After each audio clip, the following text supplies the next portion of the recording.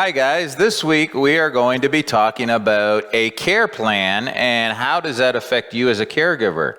This week on JoJo the Caregiving Show. Now a care plan is a document that is going to be created by the healthcare team.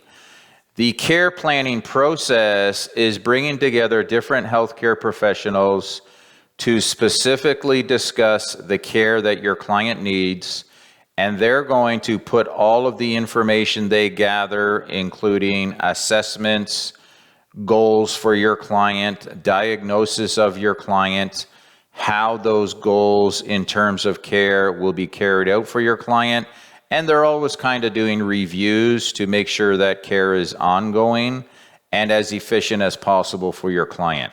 The care planning process usually begins about 4 or 5 weeks before your client enters a nursing home or before you enter their home to provide them care. It usually starts off with something called the assessment phase, where healthcare professionals are going to assess your client.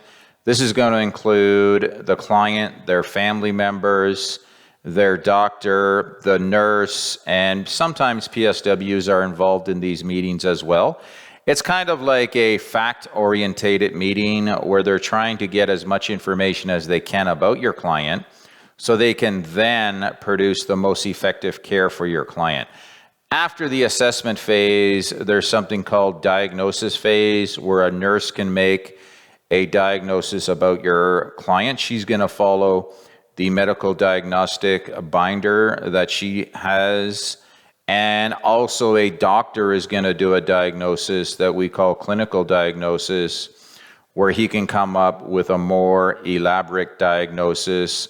Usually means healthcare, illnesses, diseases. A doctor will more than likely do. More of the minor healthcare issues a nurse will do as part of her nursing diagnosis. So they take the nursing diagnosis, the doctor diagnosis, and they take all the information they gathered during the assessment phase, and now they're going to type up a document called the care plan. The nurse is going to type it up digitally on the computer. There's also going to be a hard copy available that is usually inside of your client's chart, their big black binder. Now, this care plan is very important for caregivers because it's going to lay out or give you direction about all the care that your client is going to receive. A care plan is a contract. That just means your client has approved the care plan and the care planning process. And they also have to sign the document as well. So that kind of makes it a legal document that your client has already given you permission as a caregiver to provide the care that is inside of the care plan itself. So the care plan does provide good direction for caregivers.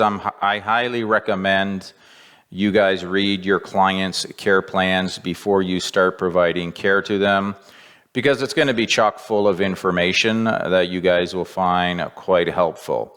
So the care plan is created by the nurse and the nursing team.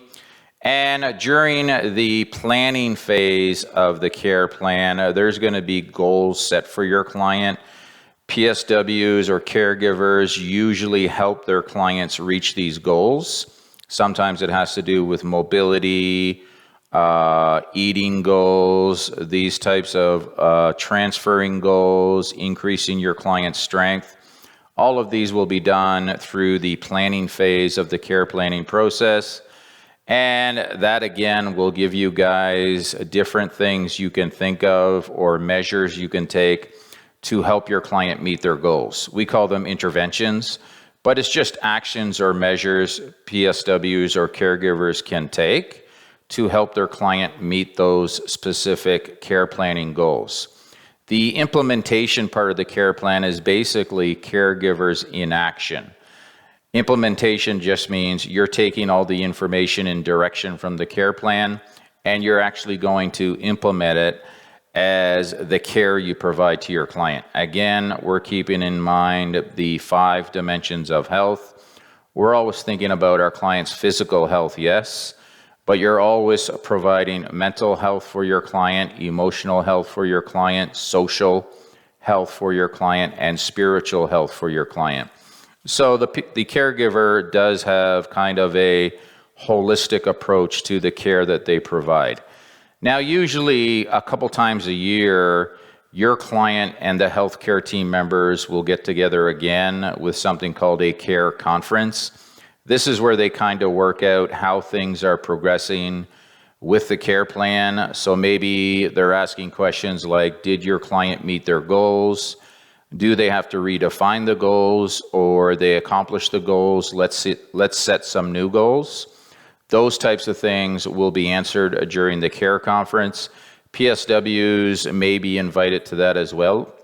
And they're going to have some input onto how the client is kind of meeting those care planning goals. So the care planning process itself is very elaborate, very in-depth.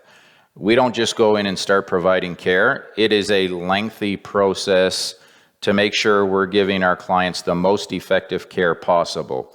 The stages in the care planning process that we just discussed are the assessment phase, the nursing diagnosis phase, and the doctor diagnosis, the planning phase where they're going to set goals for your client and they're going to give you guys measures to help your client meet those goals, and then the implementation phase, which is the care you're providing your client. And how did all that work and come together? That's called the evaluation phase. So this type of care planning process is very effective. Again, highly recommended to read your client's care plan before you start to provide care. Hope that's helpful, and I'll see you next time on JoJo the Caregiving Show.